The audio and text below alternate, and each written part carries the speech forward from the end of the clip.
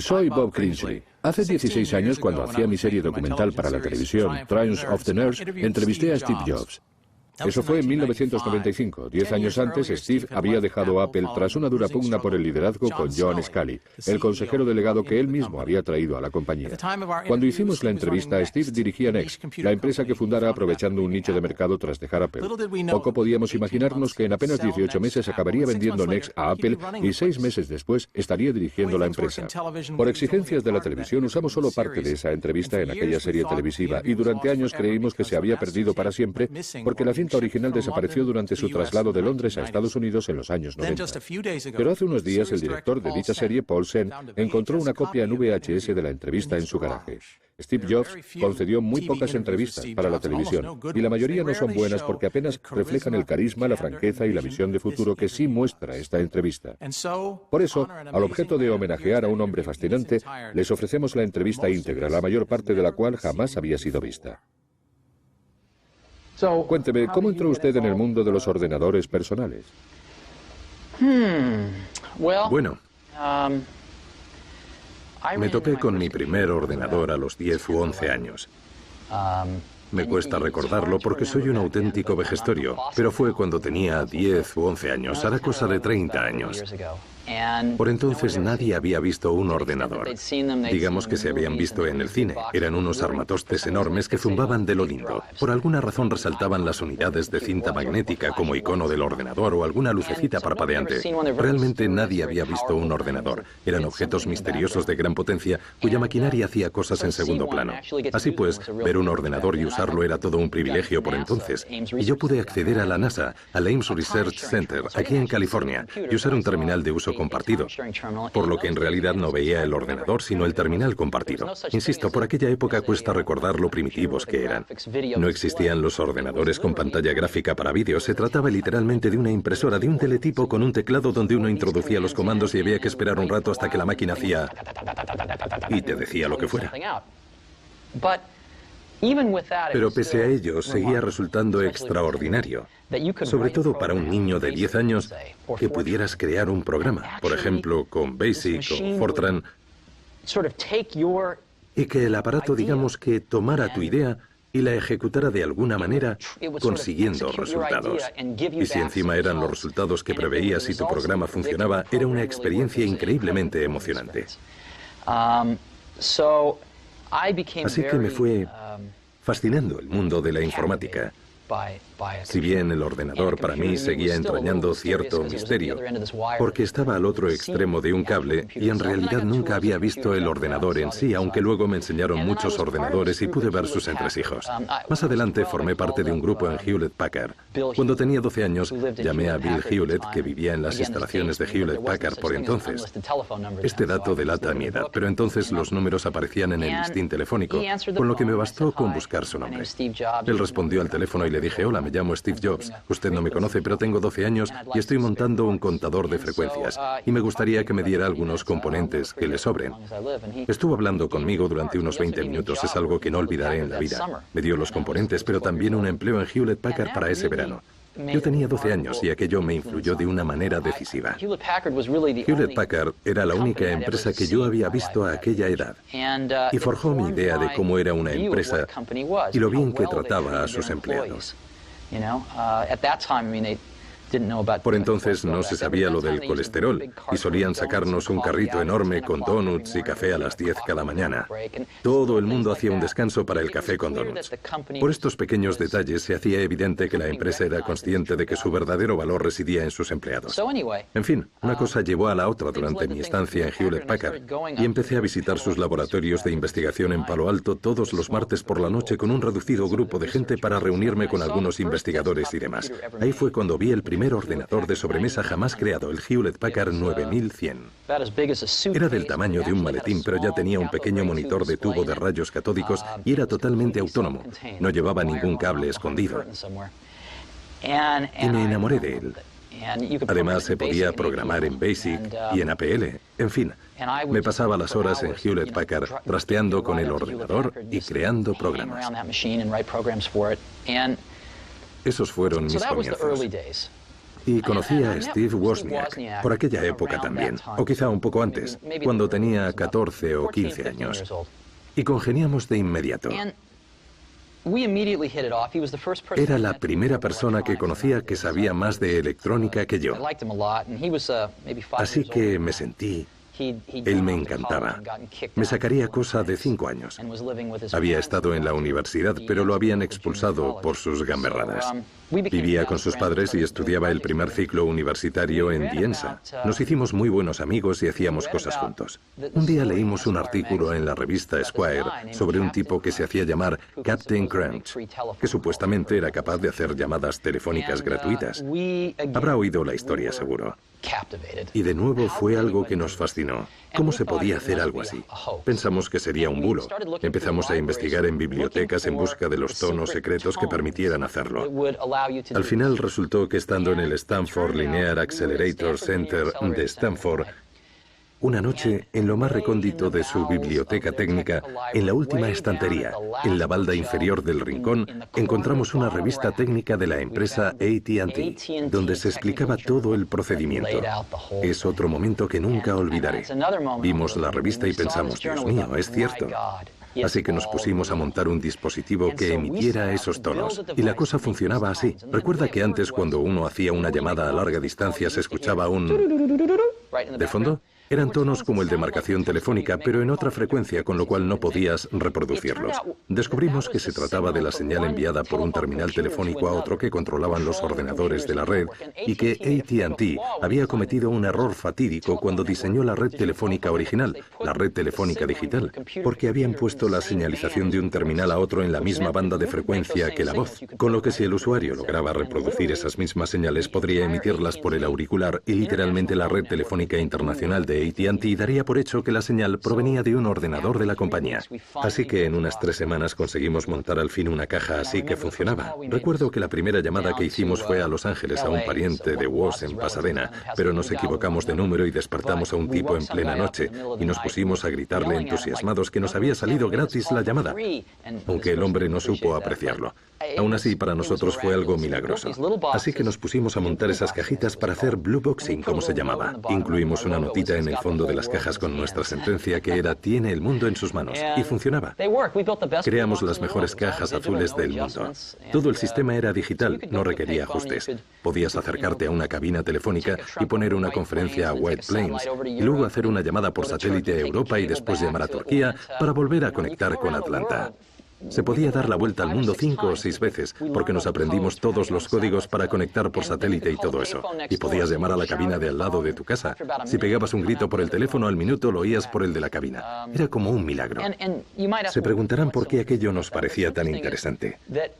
Nos parecía interesante porque éramos jóvenes, y aquello nos hizo descubrir que podíamos crear algo nosotros solos con capacidad para controlar una infraestructura mundial que había tenido un coste de miles de millones de dólares. Eso descubrimos, que los dos solitos, que éramos bastante ignorantes, habíamos logrado montar un cacharrito capaz de controlar un sistema descomunal. Fue una lección increíble. No creo que nunca hubiera llegado a crearse un ordenador Apple de no haber existido estas cajas azules. Woz dice que llamaron ustedes al Papa. Sí, llamamos al Papa. Woz se hizo pasar por Henry Kissinger. Conseguimos el número del Vaticano y llamamos al Papa. Empezaron a despertar a la jerarquía eclesiástica, a cardenales y demás. Y llegaron a enviar a alguien a despertar al Papa, pero nos dio un ataque de risa y se dieron cuenta de que no era Henry Kissinger. Así que no llegamos a hablar con el Papa, pero fue divertidísimo. ¿Y qué les hizo dar el salto de las cajas azules a los ordenadores personales? ¿Cómo fue? Bueno, la necesidad, en el sentido de que disponíamos de ordenadores de uso compartido y había una empresa dedicada a esto en Mountain View que nos permitía usarlos gratuitamente. Pero necesitábamos un terminal y no podíamos permitírnoslo, así que nos diseñamos y montamos uno. Fue lo primero que hicimos, montar ese terminal. Y luego el ordenador Apple One fue en realidad una extensión de ese terminal al que pusimos un microprocesador por detrás. Eran en realidad 2 proyectos distintos que combinamos. Primero montamos el terminal y luego creamos el Apple One.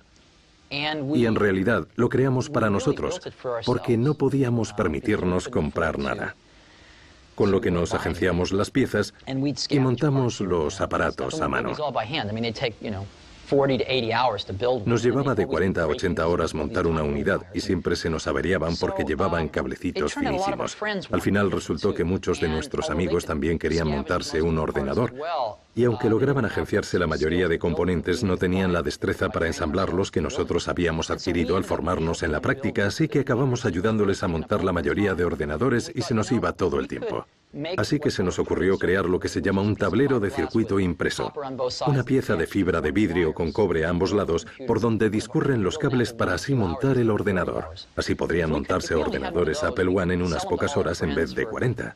Si tuviéramos un tablero así, podríamos vendérselos a nuestros amigos por el precio que nos costaba montarlo y así recuperar el dinero. Todo el mundo estaría contento y podríamos volver a disponer de nuestro tiempo. Y eso hicimos. Vendí mi furgoneta a Volkswagen y Steve su calculadora y conseguimos reunir dinero para pagar a un amigo que se encargaría de diseñar el tablero de circuito impreso. Fabricamos varios tableros y se los vendimos a nuestros amigos. Yo quería vender el resto para recuperar la furgoneta y la calculadora. Así que me planté en la primera tienda de ordenadores del mundo, de Byte Shop en Mountain View, en la calle El Camino, creo que estaba, que se transformó en una librería de adultos años después, pero entonces era The Byte Shop. Y el gerente, creo recordar que se llamaba Paul Terrell, me dijo: mira, te compro 50 unidades.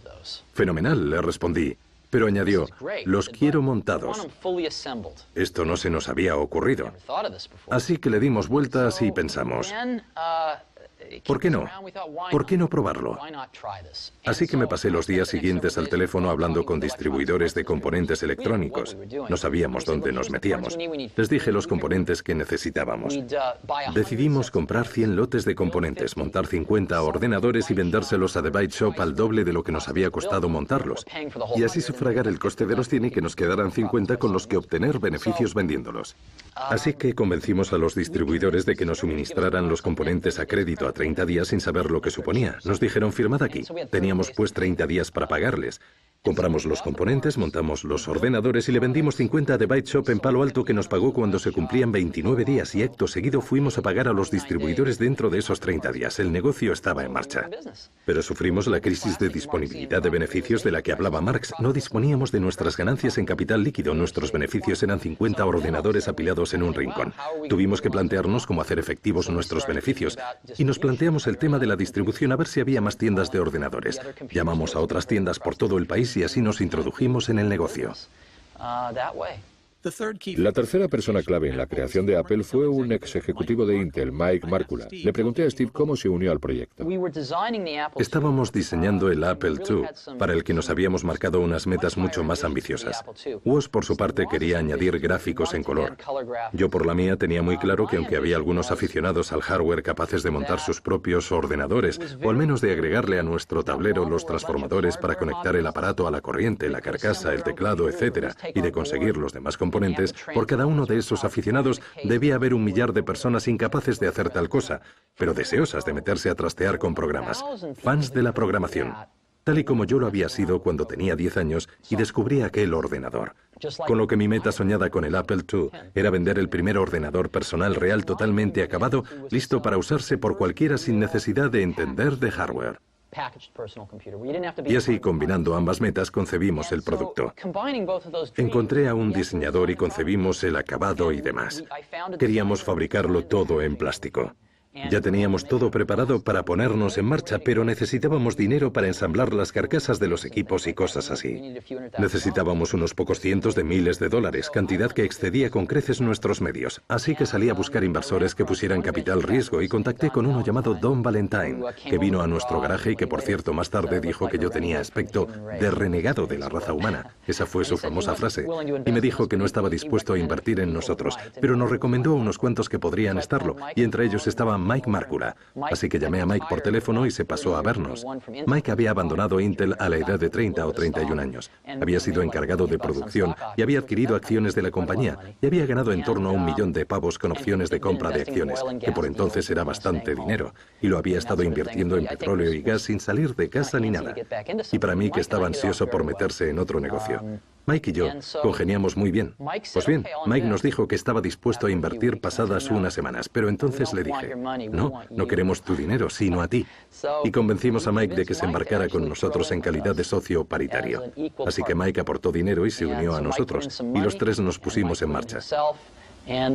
Cogimos el diseño ya casi finalizado del Apple II y dispusimos la fábrica para su producción y anunciamos su salida al mercado unos meses después en la Feria de Informática de la Costa Oeste. ¿Y cómo fue? Fantástico. Conseguimos los mejores. La Feria de Informática de la Costa Oeste era de poca monta entonces, pero para nosotros era algo grandioso. Montamos un stand fantástico allí. Teníamos un proyector de televisión donde mostrábamos el Apple II y sus gráficos, que a día de hoy nos parecerán muy rudimentarios, pero entonces eran con diferencia los más avanzados que ofrecía cualquier ordenador personal. Y lo que recuerdo es que fuimos los protagonistas de la feria y muchos comerciantes y distribuidores empezaron a hacer cola y así despegamos. ¿Qué edad tenía usted? 21 años. 21 años. Sí. Y ya tenía un éxito arrollador. Y lo había conseguido de forma improvisada. No había recibido formación específica en este campo. ¿Cómo aprendió a dirigir una empresa?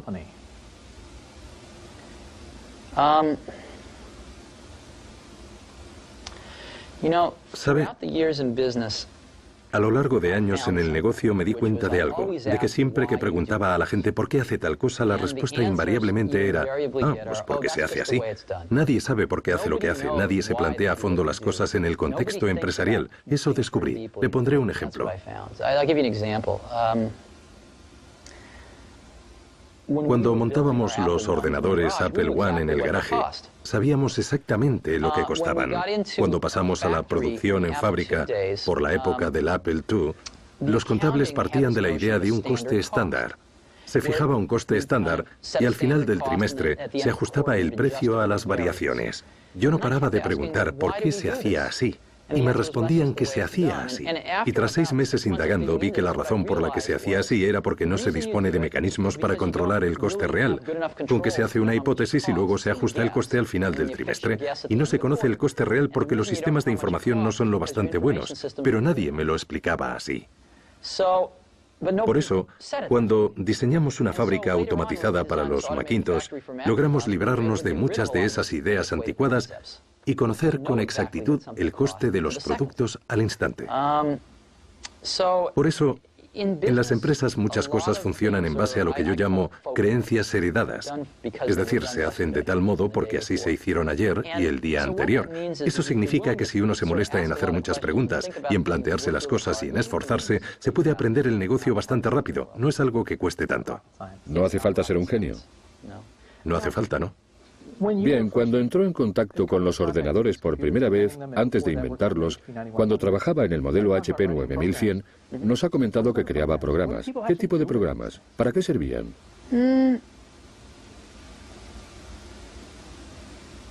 Verá, lo que hacíamos con ellos. Mejor le pondré un ejemplo sencillo. Cuando estábamos diseñando nuestra caja azul, creamos un montón de programas ad hoc para ayudarnos a diseñarla. Programas que nos hacían gran parte del trabajo sucio, como calcular las frecuencias maestras con subdivisores para obtener otras frecuencias y cosas así. Nos valimos bastante del ordenador para calcular el margen de error que podíamos obtener en las frecuencias y cuánto podía tolerarse. Así que los usábamos en el trabajo, pero lo más importante es que no se trataba de usarlos para asuntos prácticos, sino de utilizarlos y que fueran un reflejo del proceso mental para que nos enseñaran a pensar. Lo más valioso de aprender. Creo que todo el mundo en este país debería aprender a programar ordenadores. Debería aprender un lenguaje de programación porque te enseña a pensar. Es como ir a la facultad de Derecho. No creo que cualquiera deba ser abogado. Pero estudiar Derecho nos resultaría útil a todos porque te enseña a pensar de cierta manera. Lo mismo que programar ordenadores te enseña a pensar de otro modo. Así que yo veo la informática como un arte liberal. Debería ser algo que aprendiera todo el mundo, al que dedicaran un año de su vida, que una asignatura fuera aprender a programar. Ya, pero yo aprendí APL y es una de las razones por las que voy por la vida dando tumbos. Ya, pero si echa la vista atrás, ¿lo considera o no una experiencia enriquecedora que le enseñó a pensar de un modo distinto? Pues no pienso eso especialmente. Vale. Otros lenguajes quizá más, pero empecé con el APL. Como decíamos, obviamente, el Apple II tuvo un éxito tremendo. Sí. Tuvo un éxito increíble. Y la empresa subió como la espuma y finalmente salió a bolsa y ustedes se hicieron muy ricos. ¿Qué siente uno al hacerse rico? Es muy interesante. Pagaban por mí algo más de $1 millón cuando tenía 23 años, más de 10 millones cuando tenía 24 y más de 100 millones cuando tenía 25. Y no le di mayor importancia, porque nunca me dediqué a esto por dinero.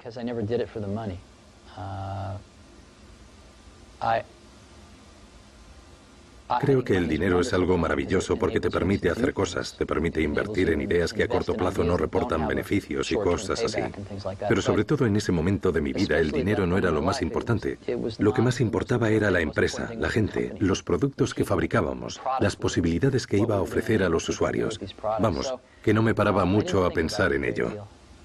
Nunca se me ocurrió vender acciones.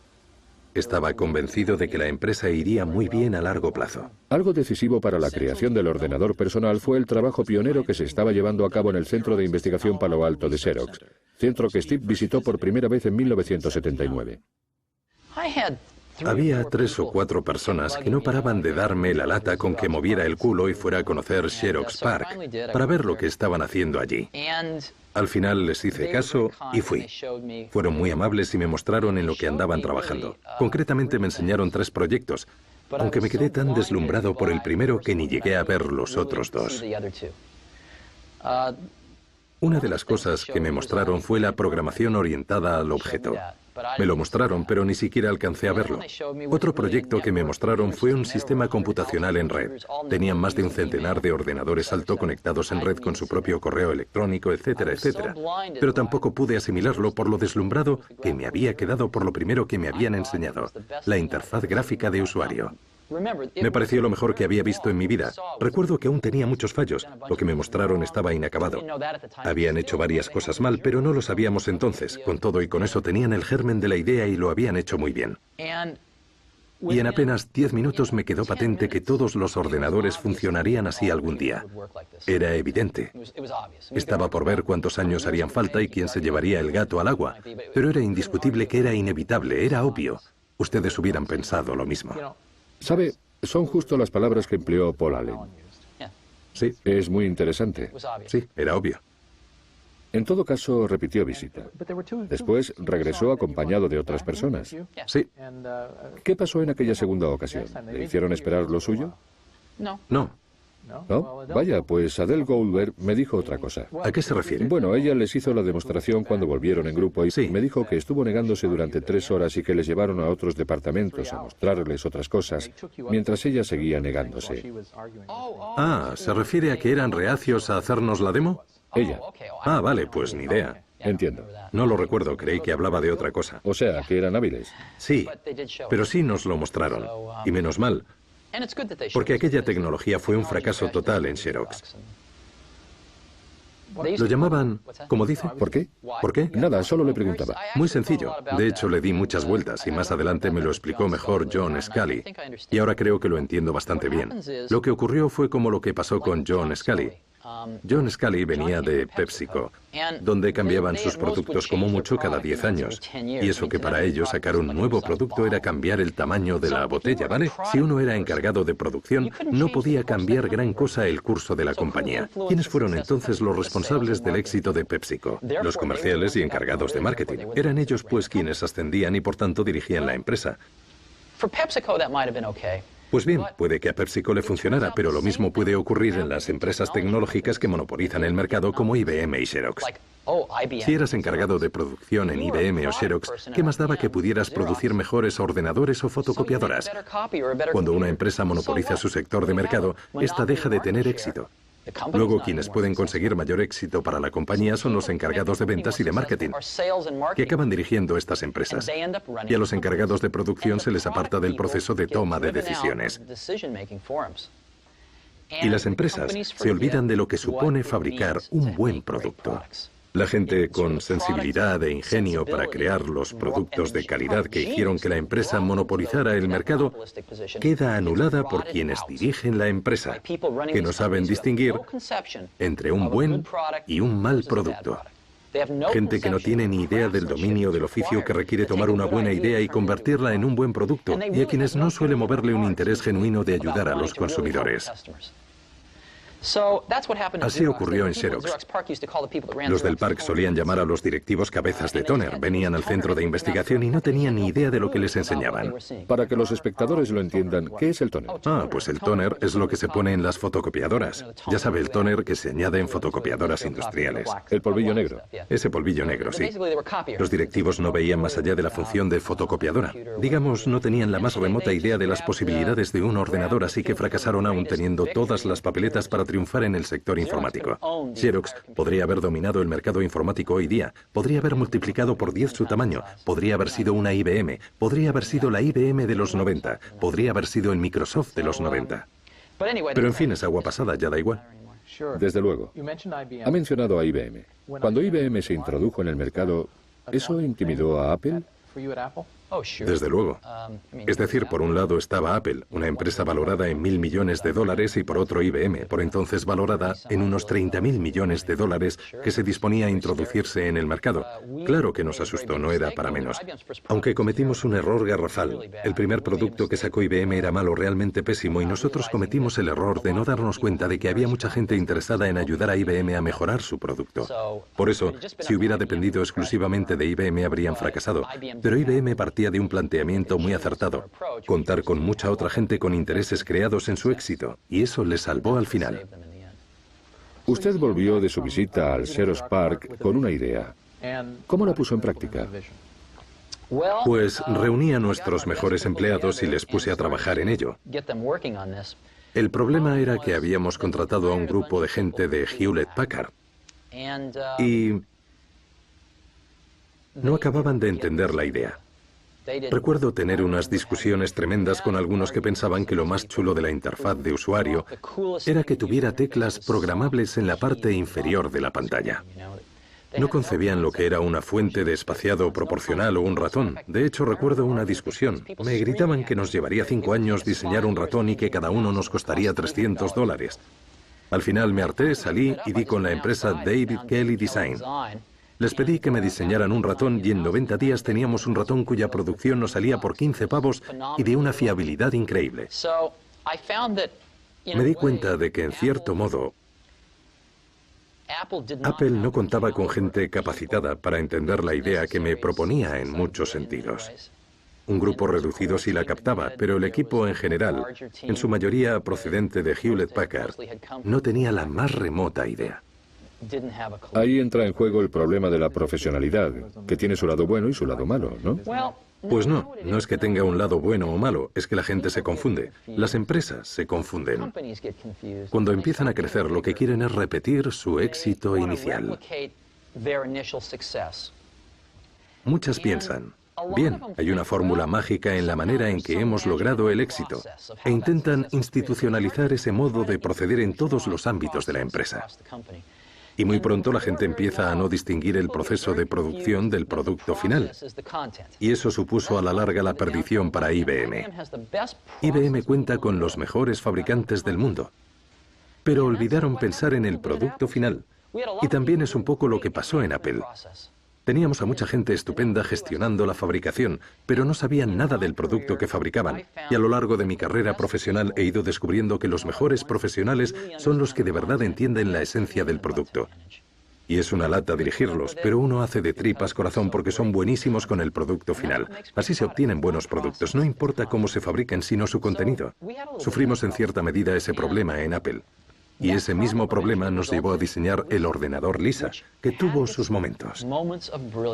En cierto modo era un ordenador muy adelantado a su tiempo, pero no se comprendió bien el contenido fundamental del producto. Apple se alejó demasiado de sus orígenes. Para los empleados procedentes de Hewlett Packard, $10.000 les parecía barato. Para nuestro mercado, para nuestros canales de distribución, $10.000 era un precio imposible. Así que fabricamos un producto que no encajaba con la filosofía de nuestra empresa, nuestra imagen, nuestros canales de distribución ni nuestra clientela. No podían permitirse un producto semejante y fue un fracaso. John Couch y usted se enfrentaron por el liderazgo de la empresa. Totalmente, y perdí. Así es. ¿Qué provocó ese enfrentamiento? Yo creía que la producción de los ordenadores Lisa iba a acarrearnos serios problemas. Opinaba que iba por muy mal camino, como acabo de explicar. Pero no logré convencer a suficientes altos cargos de Apple de que ese era el caso. Y dirigíamos la empresa en equipo por lo general. Así que fracasé en mi intento. Y estuve obsesionado con el tema durante unos meses, pero no mucho después me dio por pensar que si no hacíamos algo al respecto, el Apple II estaba perdiendo fuelle. Y necesitábamos hacer algo rápidamente con esa tecnología, o Apple podría dejar de existir como la empresa que era. Así que formé un pequeño equipo al que encomendé el Macintosh. Y nos embarcamos en una misión divina para salvar a Apple. A nadie más se lo parecía, pero al final teníamos razón. Y conforme fuimos desarrollando el Mac, me fue quedando claro que era una forma de reinventar Apple. Lo reinventamos todo. Reinventamos la forma de fabricar los ordenadores. Visité unas 80 fábricas automatizadas en Japón y montamos la primera fábrica automatizada de ordenadores del mundo aquí, en California. Adoptamos el microprocesador 68000 del Lisa. Negociamos un precio 5 veces menor de como Lisa iba a pagarlo porque íbamos a producir un volumen muy superior. Y empezamos a diseñar el producto pensando en venderlo por $1000, pero no pudimos. Lo llamamos Macintosh. Podríamos haberlo vendido a $2000, pero lo sacamos a 2500. Dedicamos 4 años de nuestra vida exclusivamente a eso, a fabricar el producto y a montar la fábrica automatizada, es decir, la maquinaria para fabricar las máquinas. Montamos un sistema de distribución totalmente nuevo, adoptamos una estrategia de marketing totalmente novedosa y creo que dio muy buenos resultados. Bien, usted fue quien motivó al equipo. Tuvo que guiarles. Tuvimos que reunir al equipo. Sí, tuvo que reunir al equipo, motivarlo, guiarlo, lidiar con él. Hemos entrevistado a muchas personas del equipo que creó el Macintosh. ¿Sí? Y todos atribuyen su éxito al entusiasmo que usted le puso, a su visión de futuro. ¿Qué prioridades estableció? ¿Qué considera importante a la hora de crear un producto?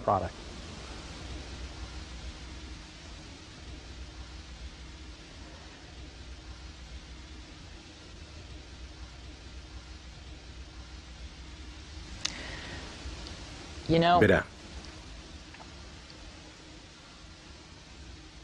una de las cosas que más perjudicó a Apple después de mi partida fue que John Sculley contrajo una enfermedad muy grave. Una enfermedad que he visto contraer a más gente. La enfermedad de pensar que con tener una buena idea se tiene el 90% del trabajo. Y que basta con decir a los demás, aquí tenéis una idea fantástica para que la hagan realidad. Y el problema es que requiere un tremendo conocimiento del oficio hacer de una buena idea un buen producto. Y conforme uno va desarrollando una buena idea, va cambiando y creciendo, y nunca acaba materializándose como se concibió, porque uno va aprendiendo al entrar en los detalles, aunque también va teniendo que sacrificar cosas importantes en pos del resultado final. Hay determinados comportamientos que no puedes conseguir de los electrones, del plástico, del cristal, de una fábrica o de un robot. Y cuando integras todo esto, el diseño de un producto requiere tener 1000 cosas en mente. Todos esos conceptos y conseguir que encajen de diferentes maneras para alcanzar tu objetivo. Y cada día descubres algo nuevo, ya sea un nuevo problema o una nueva oportunidad de hacer que todas esas piezas encajen de una forma distinta. Y en ese proceso está la magia. Así pues, arrancamos con un montón de ideas estupendas, pero siempre he tenido la impresión de que un equipo que hace algo en lo que realmente cree es como cuando, siendo yo un crío, había un viudo que vivía en la calle y rondaba los 80. Daba miedo mirarle, pero intimé un poco con él. Se le ocurrió pagarme por cortarle el césped o algo así. Y un día me pidió que lo acompañara a su garaje porque quería enseñarme algo, y entonces sacó su viejo y polvoriento pulidor de piedras. Estaba compuesto por un motor, una lata de café y una banda en medio. Acompáñame, me dijo, y salimos al patio y cogimos unas piedras corrientes y feas. Las metimos en la lata junto con un poco de líquido y de arenilla. Cerramos la lata y encendió el motor. Vuelve mañana, me dijo. Y la lata metía mucho ruido con el golpeteo de las piedras. Cuando regresé al día siguiente y abrimos la lata, sacamos unas piedras preciosas y totalmente pulidas.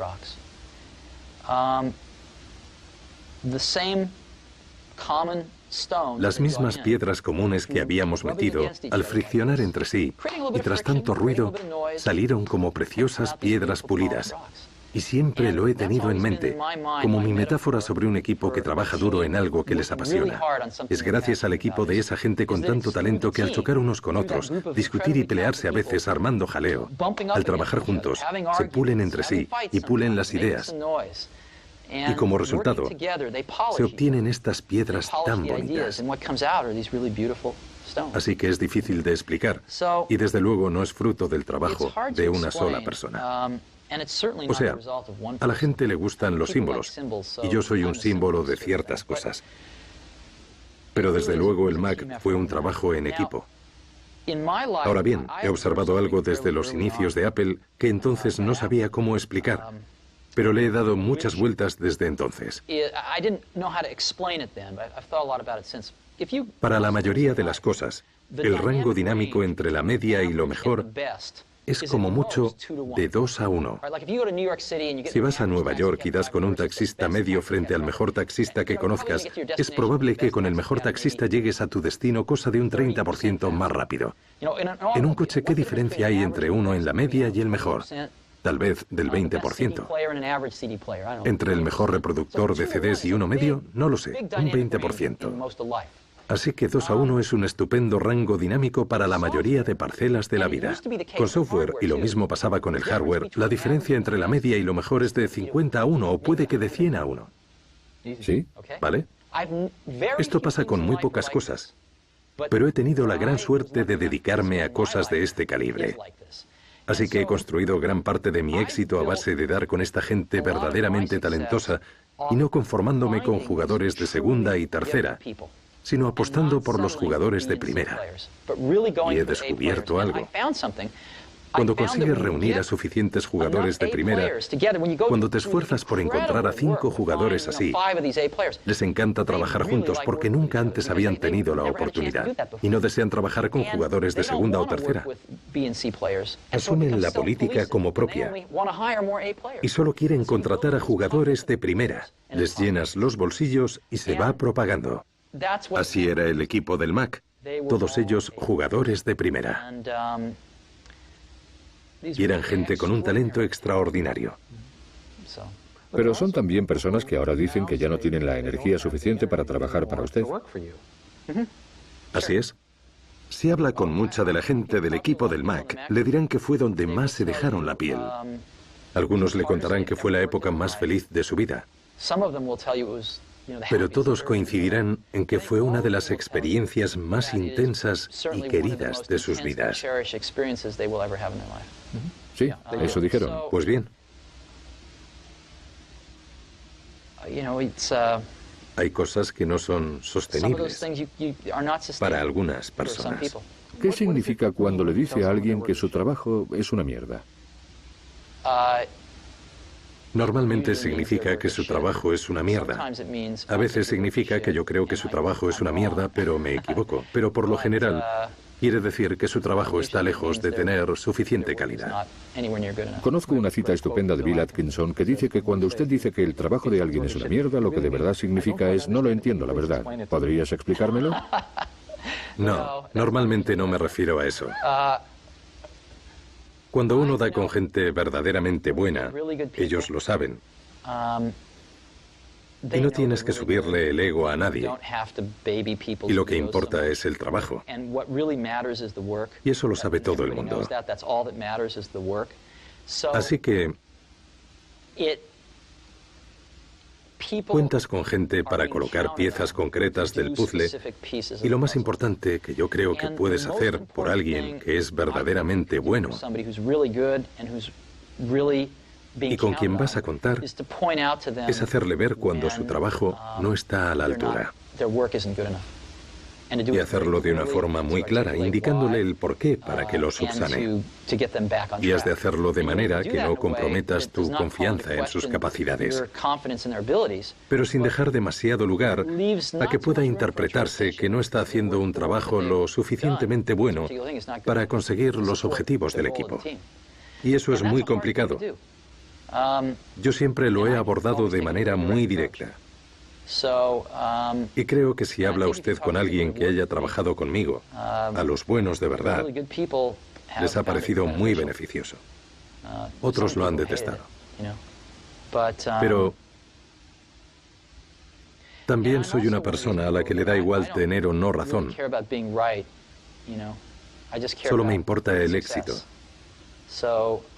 De modo que dará con mucha gente que le dirá que soy muy terco.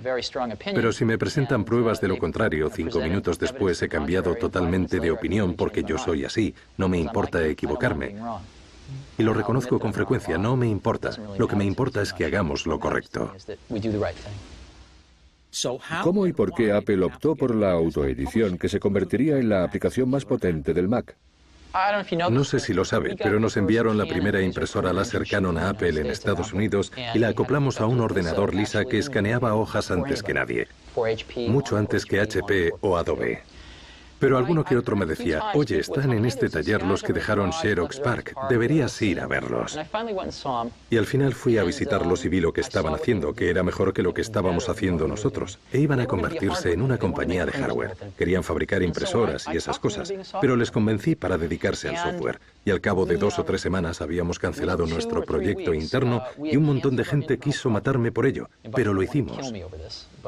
Firmé una especie de acuerdo con Adobe para usar su software y compramos el 19,9% de Adobe en Apple. Ellos necesitaban financiación y nosotros queríamos control. Nos pusimos en marcha y así conseguimos los motores de Canon. Diseñamos el primer controlador para impresora láser en Apple y les compramos el software a Adobe e introdujimos la impresora láser. Pero nadie en la empresa quería que lo hiciéramos, salvo unos cuantos del grupo del Mac. Todos pensaban que una impresora de $7.000 era una locura. Lo que no entendían era que podías compartirla a través de Apple Talk. O sea, entendían el concepto intelectualmente, pero no con el corazón, porque lo último de precio elevado que intentamos vender fue el Lisa. Así que lo sacamos adelante, aunque tuve que pasar por encima de varios cadáveres, y fue la primera impresora láser del mercado, como sabrán, y el resto ya es historia. Cuando dejé Apple, era la mayor compañía de impresoras en cuanto a ingresos de todo el mundo. Por desgracia, perdió esta distinción en favor de Hewlett Packard 3 o 4 años después de marcharme. Pero cuando me fui, era la primera empresa de impresoras del mundo. ¿Contemplaban ustedes incluir la autoedición? ¿Estaba cantado? Pues...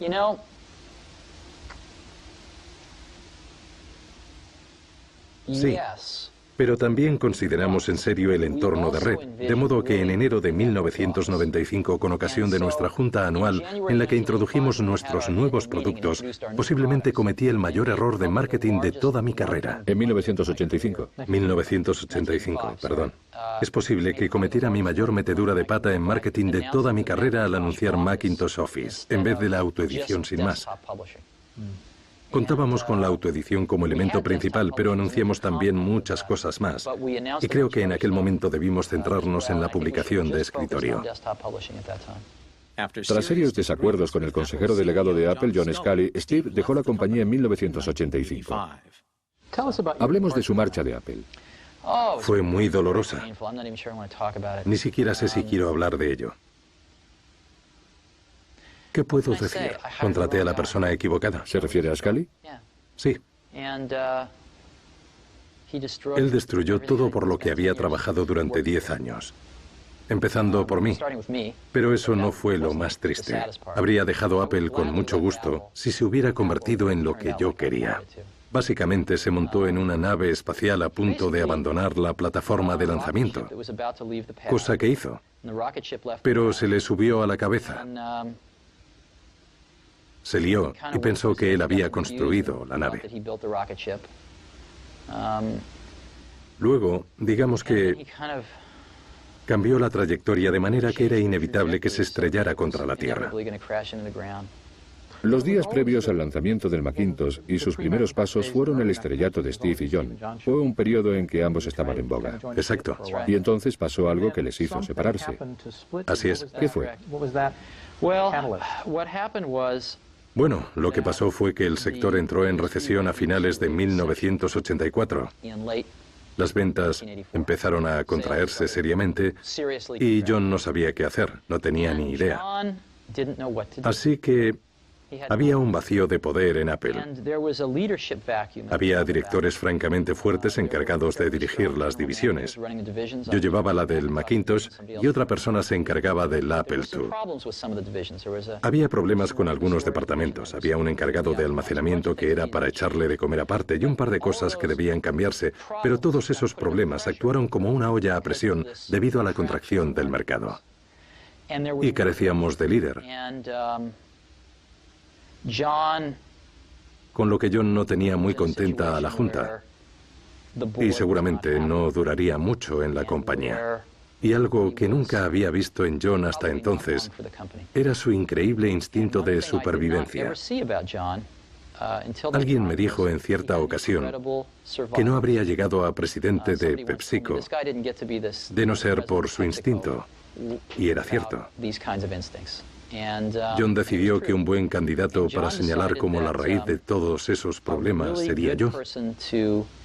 Así que surgió el conflicto entre ambos. John estableció una relación muy estrecha con la junta directiva y le creyeron. Así fue como sucedió. Tenían pues planteamientos opuestos en cuanto a la empresa. Claramente. Bueno, no tanto planteamientos opuestos, pues dudo que John tuviera alguno. Lo que quería preguntarle es qué planes tenía usted, Sí. que en este caso no prevalecieron. No se trataba de un problema de planes, sino de ejecución. En el sentido de que yo opinaba que Apple necesitaba un liderazgo mucho más enérgico que unificase a las distintas facciones que habíamos creado al organizarnos en secciones.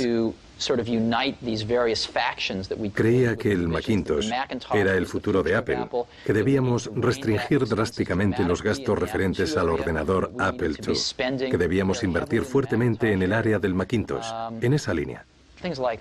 Y los planes de John eran seguir siendo el consejero delegado. Y cualquier cosa que le ayudara a conseguirlo le parecía bien. Así que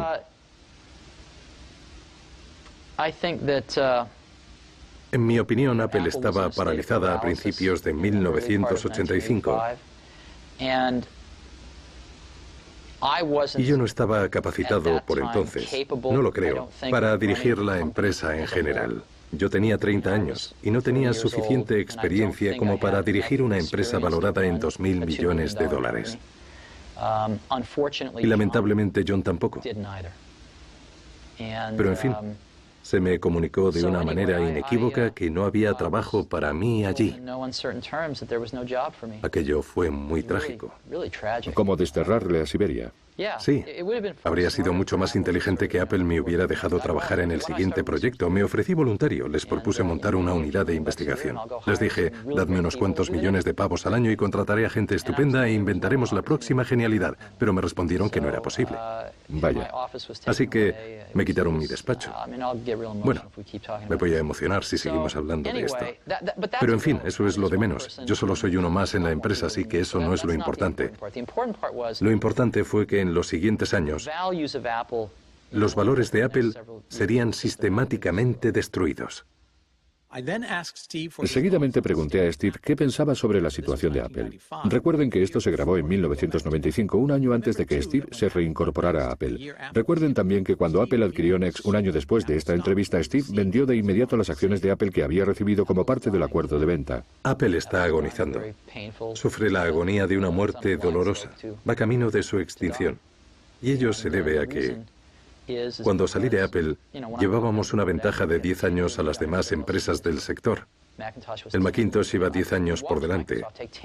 Vimos cómo a Microsoft le costó 10 años ponerse al día, y la razón por la que pudieron ponerse al mismo nivel fue que Apple no avanzó. El Macintosh que se vende hoy es un 25% distinto a como cuando yo me fui. Se han gastado cientos de millones de dólares en I+D. Probablemente un total de 5.000 millones de dólares en I+D. ¿Y qué han logrado? No lo sé, pero fue...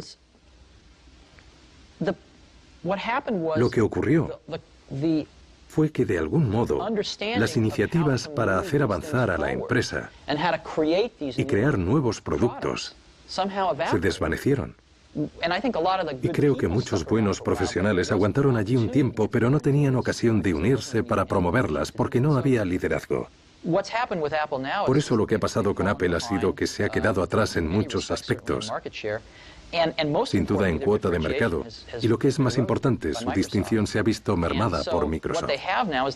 De modo que ahora lo que tienen es una base asentada que no crece, sino que disminuye lentamente, aunque aún les proveerá de buenos ingresos durante varios años, si bien van cuesta abajo irremediablemente. Es una lástima y no creo que la tendencia sea reversible a estas alturas. Tampoco yo. ¿Y qué me dice de Microsoft? Están arrasando actualmente. Cierto. Son, digamos, como el clásico Ford LTD, que se está volviendo futurista. Desde luego no tienen el lujo del Cadillac, ni son de alta gama como BMW. Ya. Pero están... Ya sabe, ¿qué está pasando? ¿Cómo han conseguido llegar tan lejos? Bueno, Microsoft se ha puesto en órbita gracias al apoyo e impulso de IBM. Sé que Bill se disgustaría si me oyera decir esto, pero es cierto. Y dicho sea en honor de Bill y Microsoft, aprovecharon esa fantástica oportunidad para abrir nuevas puertas a su empresa. La mayoría no lo recordará, pero hasta 1984 con el Mac, Microsoft no estuvo en el mercado de las aplicaciones. Ese sector lo dominaba Lotus. Microsoft se la jugó al empezar a crear programas y aplicaciones para el Mac. Y sacaron unas aplicaciones malísimas, pero siguieron insistiendo, fueron mejorándolas y al final acabaron por dominar el mercado de las aplicaciones para el Macintosh. Y se valieron del trampolín de Windows para introducirse en el mercado de los ordenadores personales con esas mismas aplicaciones. Y ahora dominan las aplicaciones para los ordenadores personales. Yo diría que tienen dos características. Creo que son muy oportunistas, y no lo digo en sentido negativo, y en segundo lugar son como los japoneses, muy perseverantes. Eso sí, lograron llegar tan lejos gracias a los ingresos que percibían fruto de su acuerdo con IBM. Aún así, lo aprovecharon al máximo y le reconozco el mérito. El único problema de Microsoft es que no tienen gusto, no tienen nada de gusto. Y con ello quiero decir,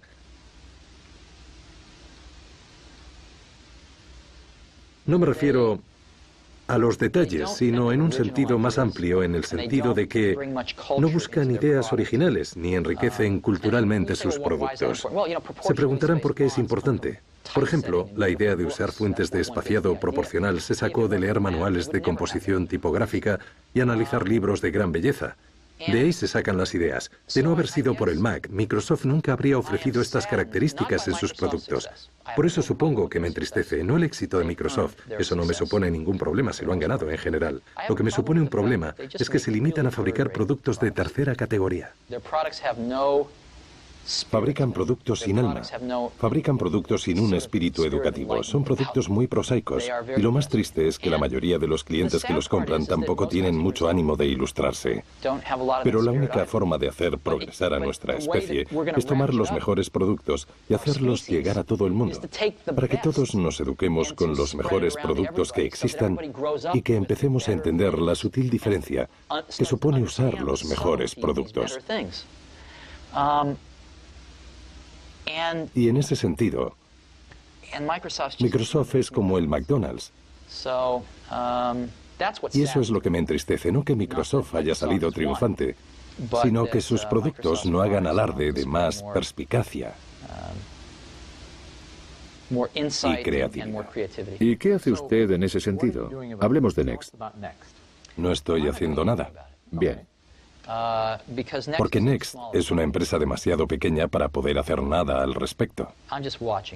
Me limito a observar. Realmente no hay nada que podamos hacer. A continuación hablamos de NeXT, la empresa que Steve dirigía en 1995 y que pronto adquiriría Apple. El software de NeXT acabaría siendo el corazón del Mac, es decir, su sistema operativo que se denominó Mac OS X. No querrá que le hable de NeXT, ¿verdad? Sí, quiero, sí. Vale, está bien. Bueno, lo mejor será, puesto que no tengo mucho tiempo, que le hable de NeXT en la actualidad. Me parece bien. Pues bien, no ha habido...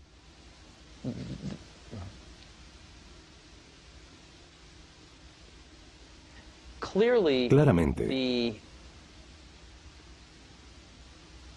la mayor innovación en el sector informático se está produciendo en estos momentos en el ámbito del software, pero no se ha producido un cambio revolucionario en la forma que tenemos de crear el software. Eso es... Disculpe. La innovación en nuestro sector está en el software, pero nunca se ha producido un cambio revolucionario en la forma de crear software, no en los últimos 20 años. De hecho, ha ido a peor. Si bien el Macintosh supuso un cambio revolucionario para el usuario final, al haberse simplificado mucho su uso, supuso lo contrario para los programadores. Ellos pagaron el pato, cada vez se complicaba más la creación de software para simplificar su uso por el usuario final. Así pues, los programas se cuelan en todo lo que hacemos hoy en día. En las empresas el software es una de sus armas más potentes y competitivas. Hubo una pugna empresarial por el programa Amigos y Familiares en la última década. ¿Y en qué consistió? La idea era brillante. Un programa de tarificación telefónica a medida del cliente. La empresa AT&T no reaccionó en 18 meses, perdiendo una cuota de mercado por valor de miles de millones de dólares que conquistó la empresa MCI. No por torpeza, sino porque no conseguían crear el programa para facturar a medida del cliente. Así pues, de esta forma y de otras formas más nimias, el software está adquiriendo una fuerza increíble en este mundo, ya sea para ofrecer nuevos bienes y servicios a la gente a través de Internet o lo que sea. El software abrirá muchas puertas en nuestra sociedad. Nos hemos apropiado de otra de esas ideas brillantes y originales que me enseñaron en el Xerox PARC en 1979, pero que no acabé de entender bien entonces. O sea, la tecnología de programación orientada a objetos. La hemos perfeccionado y comercializado aquí, convirtiéndonos en sus mayores proveedores en el mercado. Y esta tecnología orientada a objetos te permite crear programas 10 veces más rápidos y es mejor. En fin, eso hacemos. Tenemos una empresa entre pequeña y mediana de tamaño y somos los mayores proveedores de programas orientados a objetos. Somos una empresa con un valor de 50-75 millones de dólares con unos 300 empleados y a eso nos dedicamos. Para terminar el tercer programa abordamos el futuro de la informática por petición expresa de Channel 4. ¿Cómo no? Y por eso quería preguntarle cómo ve usted el futuro dentro de 10 años de esta tecnología que están perfeccionando.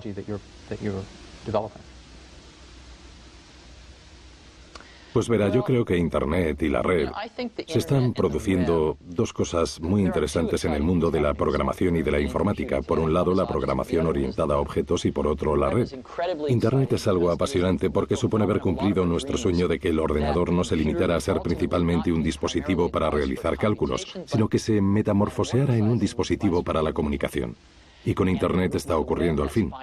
Y en segundo lugar, es fascinante que no sea propiedad de Microsoft, porque así se está produciendo mucha innovación.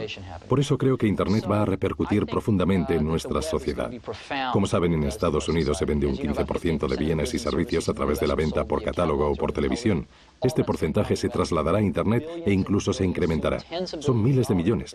Pronto se venderán bienes y servicios por un valor de decenas de miles de millones de dólares a través de la red. Internet se puede entender como el canal de distribución directo al cliente por excelencia. Otra forma de verlo es pensar que hasta la empresa más pequeña del mundo podrá proyectarse en Internet como la empresa más grande del mundo.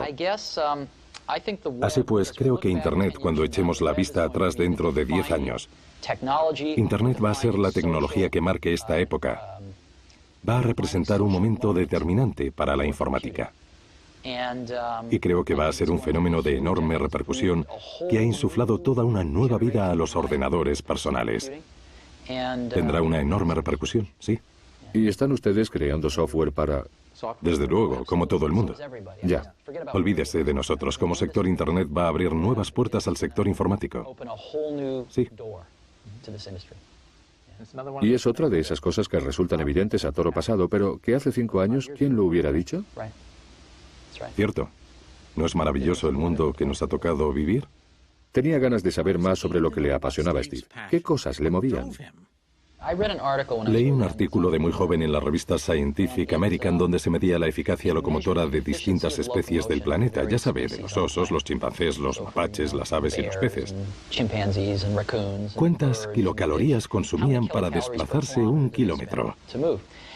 Y también se medía a los humanos. Y el cóndor salía ganador. Era el más eficiente. Pues bien, el hombre, la joya de la creación, aparecía en un puesto algo decepcionante pasado el primer tercio. Ahora bien, alguien de la revista había tenido la brillante idea de medir a un hombre en bicicleta y ganaba con creces al cóndor. Fulminaba el ranking. Y recuerdo que esto me impactó. Se me ha quedado grabado. Los humanos creamos herramientas susceptibles de aumentar de un modo espectacular nuestras habilidades innatas. Y para mí, de hecho, hicimos un anuncio con esa idea en los primeros tiempos de Apple, con la idea de que el ordenador personal era la bicicleta del pensamiento. Y creo en ello firmemente. De todos los inventos humanos, el ordenador acabará estando cerca, si no en el primer puesto de la lista, conforme pase el tiempo y miremos atrás. Es la herramienta más asombrosa que hayamos inventado jamás. Y me siento muy afortunado de estar justo en el lugar adecuado, en Silicon Valley, en el momento histórico oportuno, cuando ha tomado cuerpo este invento. Y como saben, cuando se fija un vector en el espacio, si uno cambia un poco su dirección al principio, el cambio de orientación es bestial cuando se aleja unos kilómetros en el espacio. Pues bien, tengo la sensación de que aún estamos realmente al inicio de ese vector. Y si somos capaces de encaminarlo en la dirección adecuada, será todavía un invento mejor según vaya evolucionando. Creo que hemos tenido oportunidad de hacerlo en varias ocasiones, lo que nos ha dado a cuantos estamos en esto una tremenda satisfacción. Pero ¿cómo saber cuál es la dirección adecuada?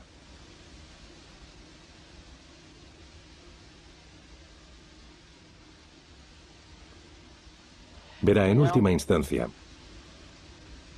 se trata de una cuestión de gusto. Se trata de tener gusto. Se trata de intentar empaparte de las mejores cosas que ha hecho la humanidad y seguidamente tratar de aportarlas a lo que tú haces. Picasso solía decir que los buenos artistas copian, los genios roban. Y a nosotros nunca nos ha dado vergüenza robar buenas ideas. Creo que en parte lo que ha hecho que el Macintosh sea un producto excepcional es que han trabajado en su desarrollo músicos y poetas, y pintores y zoólogos e historiadores, que además, casualmente, eran los mejores informáticos del mundo. Sin la informática, toda esta gente se habría dedicado a hacer otras cosas increíbles en la vida, en otros campos. Esta gente le ha aportado, todos le hemos aportado a este proyecto un aire de producto que fomenta la transmisión de conocimientos. Una actitud de querer trasladar lo mejor que habíamos observado en los demás ámbitos a este campo. Y creo que eso no se consigue con estrechez de miras. Una de las preguntas que hago a todos los invitados a mi programa es, ¿se considera un hippie o un friki? Pues si tuviera que escoger, diría claramente que soy un hippie. ¿Sí? Sí. Vale, ha tardado 30 segundos. Toda la gente con quien trabajo entran en la misma categoría también. ¿En serio? Sí. Sí. ¿Y eso por qué? ¿Busca usted que sean hippies o se sienten atraídos por usted? Bueno, pregúntese qué es un hippie. Es un término antiguo con muchas connotaciones, pero para mí, como me crié, recuerde que la movida de los 60 se prolongó hasta principios de los 70. En aquella época alcancé la mayoría de edad. Así que la viví de cerca. Fue un movimiento que en gran medida vivimos muy de cerca. Así pues, en mi opinión, lo que desencadenó fue la conciencia de que había algo más en la vida aparte de lo que teníamos ante nuestros ojos. La vida no se limitaba a tener un trabajo, una familia, 2 coches en el garaje y una carrera profesional. Había algo más. Había otra cara de la moneda, de la que apenas se hablaba. Pero se percibía con más fuerza cuando se producían carencias, cuando no todas las cosas eran perfectas y ordenadas, Cuando se producían carencias, entonces uno sentía la necesidad de buscar algo más.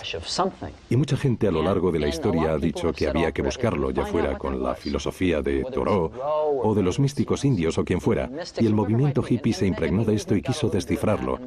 La vida no era lo que veían hacer a sus padres. Y claro, la tendencia general se fue al otro extremo y la cosa se desmadró, pero surgió el germen de algo.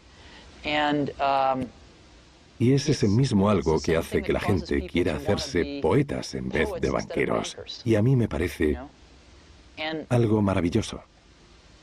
Y creo que ese mismo espíritu puede trasladarse a los productos que se pueden fabricar y hacer llegar a la gente, y la gente percibirá ese espíritu. Cuando hablas con gente que usa el Macintosh les encanta y no es tan habitual que la gente te diga que está encantada con un producto, la verdad. Pero era algo que se palpaba. Tenía algo realmente maravilloso. No creo que la mayoría de los mejores profesionales con los que he trabajado se dedique a la informática por el hecho en sí de fabricar ordenadores. Lo hacen porque es el medio más apto para transmitir ciertas impresiones que uno tiene y desea compartir con otra gente. ¿Le encuentra sentido? Desde luego. Y ya sabe, antes de inventarse esto, toda esta gente se habría dedicado a otras cosas, pero se inventaron los ordenadores y se subieron al carro, y seguramente se interesarían por ellos en el colegio o quizá antes, y se plantearían, caray, este es el medio con el que creo que voy a poder decir algo. ¿Sabe?